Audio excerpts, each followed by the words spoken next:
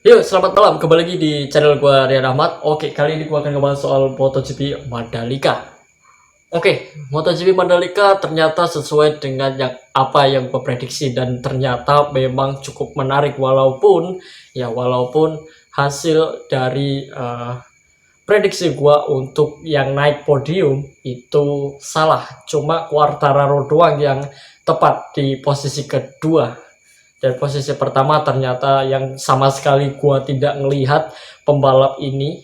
Dan yang ketiga ya so masih lah karena Johan Zarco start dari posisi 3 gitu.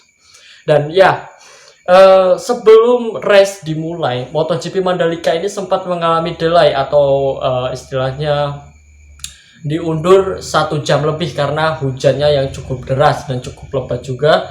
Bahkan di videonya di Instagramnya MotoGP itu menampilkan bahwa kilatan atau sambaran petir itu sampai ke aspal lintasan di MotoGP Mandalika, di sirkuit Mandalika ini gitu, dan jelas banget gitu. Terus ada hal kocak lagi ya, lu udah tahu mungkin siapapun lu yang nonton MotoGP Mandalika tadi sore, lu pasti tahu lah gitu kejadian-kejadian kocak yang ada di sirkuit Mandalika gitu. Dan ya pawang hujan ya, gua mau heran tapi kok ini Indonesia gitu. Jadi ya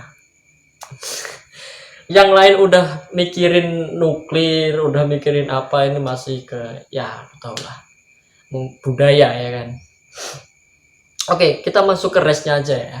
Oke, race-nya di lap pertama itu setelah start ya lampu padam. Setelah start lampu padam itu si Quartararo itu sebenarnya udah mau langsung memberikan gap ya atau jarak kepada pembalap yang ada di belakangnya, yakni Miguel Oliveira. Dan terbukti sempat di beberapa tikungan sempat ngejauh, tapi si Miguel Oliveira ini memiliki power yang lebih ya di tim KTM ini dengan motor RC16, dan terbukti mampu menyalip di tikungan terakhir. Dan di situ diikuti juga sama si Jack Miller. Jack Miller berhasil mengovertake juga dan bisa mengambil alih posisi 1. Sempat beberapa lap dia berada di pos 1, dan itu membuat gue juga berpikir bahwa mungkin Ducati bisa lah di sini, walaupun seperti yang gue bilang di video sebelumnya, ini tikungan banyak sirkuit yang memiliki karakteristik yang memiliki banyak tikungan seperti sirkuit Asen, dan tentu saja ini bukan track yang mudah untuk ditaklukkan oleh motor Ducati, meskipun bukan tidak mungkin ya, kecuali pembalap yang ada di depannya crash. Dan terbukti di sini yang mampu sampai di podium hanyalah Johan Zarco, bukan dari pembalap-pembalap pabrikan lainnya seperti Pecco Bagnaia sama Jack Miller. Jack Miller itu finish di pos keempat, dan menurut gue so is not bad lah gitu. Oke, setelah itu dilanjut oleh pertarungan di antara dua pembalap, yakni Miguel Oliveira sama si Jack Miller. Dan di sini Jack Miller juga menurut gue cukup oke juga, karena race hujan ini kan wet race ya, itu biasa lah Jack Miller selalu diunggulkan kalau pas wet race, karena ini adalah race yang paling yang paling sudah biasa dilakukan oleh Jack Miller, dan dia cukup bisa dibilang cukup ahli lah, masternya lah untuk saat ini ya, setelah Valentino Rossi ya. Dan si Jack Miller ini kalau gua bilang ya cukup kuat lah di awal-awal race. Setelah itu dia mampu di overtaker sama si Miguel Oliveira. Miguel Oliveira memiliki gap yang cukup bagus. Terus banyak juga pembalap yang di tikungan pertama sama tikungan terakhir itu ngespin ya, karena gripnya itu di ban belakang itu kebanyakan hilang gitu, seperti Paul Espargaro, terus ada si Pecco Bagnaia, terus ada lagi si Jorge Martin itu juga sempat mengalami sliding, dan itu hampir kalau mungkin salah perhitungan mungkin bisa saja high side gitu.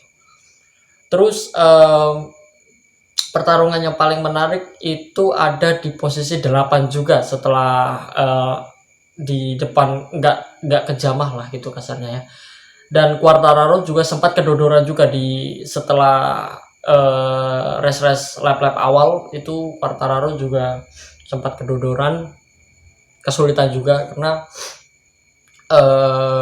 ya lu tahu Yamaha di hujan seperti apa kan, perlu waktu juga karena ini race pertama hujan bagi Yamaha dan Quartararo mampu untuk meraih podium kedua di MotoGP Mandalika ini.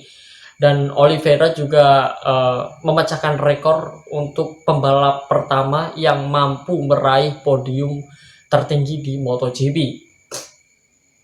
Oke, kita lanjut lagi ke penampilan Johann Zarco. Johann Zarco ini kalau gua bilang walaupun nggak begitu bagus banget, tapi penampilannya cukup lah ya, cukup oke lah, opung Zarco ya.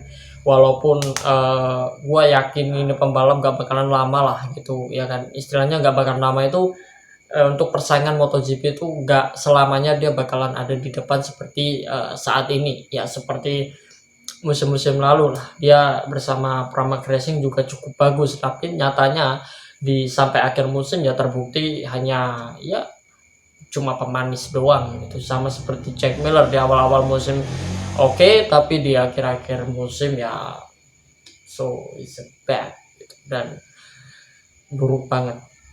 Yang gue pikir baknya ya mampu, tapi nyatanya juga nggak jauh beda dari spekulasi gue sebelumnya. Ini Ducati cuma menang power doang, semua pembalap Ducati keteteran kecuali Johann Zarco sama Jorge Martin, terus sama Jack Miller ya. Kecuali 3 pembalap ini kalau gue bilang ya cukup bagus lah untuk Jack Miller sama Johann Zarco sama Jorge Martin. Cuma sialnya Jorge Martin itu crash gitu di tikungan pertama. Hitungan pertama dia crash, dan sayang sekali. Sebenarnya gue yakin dan gue percaya juga bahwa Jorge Martin ini bakal memiliki pace yang jauh lebih bagus dan dia mungkin bisa lah battle untuk posisi 3 gitu sama Johann Zarco mungkin harusnya. Cuma sayangnya dia apa saja nggak ini apa namanya, nggak sesuai ekspektasi lah. Dia cukup kecewa kalau gue lihat pas dia duduk di pedok, dia cukup kecewa karena melihat hasilnya dia gagal untuk meraih posisi terbaik lah misalnya gitu. Dan persaingan di lap-lap terakhir itu di posisi 8 ya. Posisi 8 ada Darren Binder, Alex Espargaro, Brad Binder, terus sama si siapa ya, si Luca Marini juga termasuk ya di sana, karena itu barisan yang paling menurut gua yang masih apa ya, jaraknya itu nggak terlalu jauh lah, gapnya antara satu pembalap dengan pembalap lain itu nggak jauh gitu, dan masih cukup deket banget, dan potensi untuk saling menyalip juga terjadi lah di sana gitu, dari Brad Binder yang mampu finish di posisi ya nggak terlalu buruk juga lah gitu ya, cukup bagus. Dan KTM juga mulai menunjukkan perkembangan yang cukup positif di MotoGP Mandalika ini, melihat dari performa sebelumnya di race Lusail Qatar itu lewat Brad Binder juga cukup bagus, dan sekarang mampu memenangkan race kedua dengan Miguel Oliveira, dan gue percaya KTM juga bakal tampil bagus selagi mereka mampu konsisten aja gitu. Terus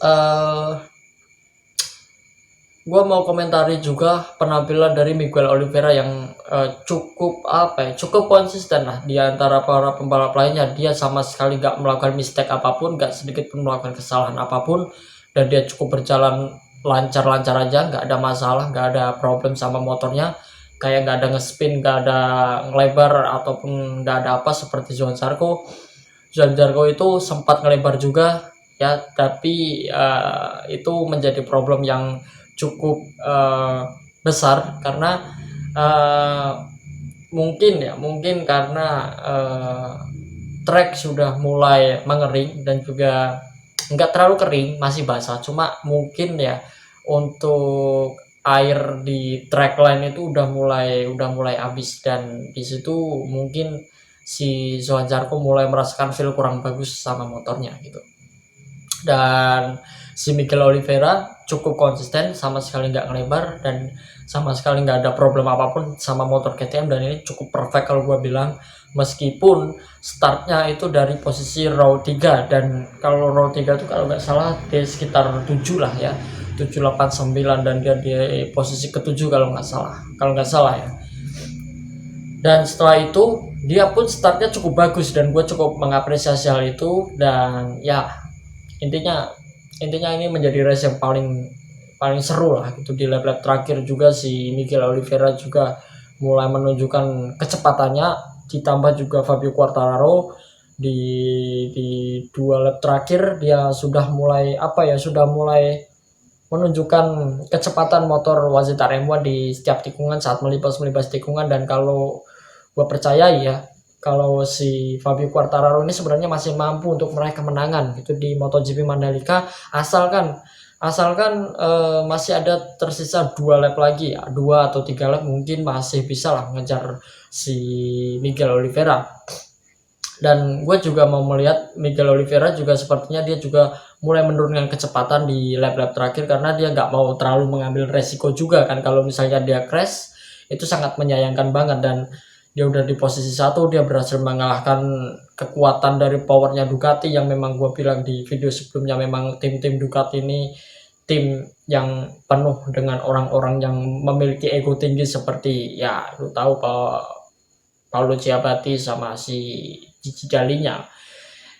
Dua orang ini sebenarnya cukup bagus. Sebenarnya gue nggak menyalahkan apapun dari kinerja mereka itu bagus gitu. Mereka bisa memberikan inovasi kepada para pembalapnya gitu.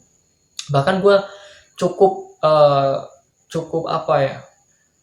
melihat sesuatu hal yang berbeda di 2 orang ini, karena menurut gue ini 2 orang yang spesial banget untuk Ducati. Tanpa 2 orang ini tanpa Gigi Dalinya lah. Kalau tanpa Gigi Dalinya ya Ducati ini bukan apa-apa sekarang gitu.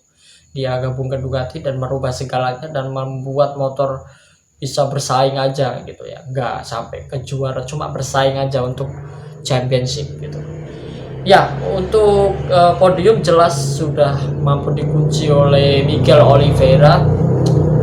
Motor anjing si Miguel Oliveira, terus ada si Fabio Quartararo sama si Opung Johan Zarco gitu. Dan ya gue cukup kaget juga lihat prediksi ini, cuma Quartararo doang yang enggak meleset, sisanya meleset di pos 1 sama pos 3 meleset karena Martin crash. Ya tapi gak ada masalah. Dan gue cukup menikmati race ini karena race-nya cukup seru. Dan gue bilang gak ada problem lah sama GP Mandalika. Yang problem cuma ya itu masih banjir, itu masih menjadi poin utama buat sirkuit Mandalika ini gitu. Dan sirkuit Mandalika harus segera berbenah untuk memperbaiki kualitas sirkuit, karena ini sirkuit sudah masuk grade A dan ini harusnya nggak ada lagi yang namanya banjir seperti itu cuy gitu. Oke, mungkin cukup sekian aja sih dari video gua review untuk MotoGP Mandalika 2022. Oke, mungkin kita akan nantikan MotoGP Argentina Rio de Janeiro Termas de Rio Hondo ya, Termas de Rio Hondo setelah 2019. Ini cukup lama banget ya, karena di 2020 Covid, 2021 masih lockdown, sama itu apa katanya kasus kebakaran sirkuit ya kalau nggak salah. Gua agak sedikit lupa. Dan bisa kembali di MotoGP 2022 akhirnya ya. Dan gue cukup merindukan race ini juga, karena di sana juga atmosfernya cukup tinggi dan race-nya juga menjadi race yang paling gue tunggu juga lah gitu di benua Amerika. Oke, mungkin cukup sekian aja dari video gue ya. See you next video. Thank you very much. Ciao.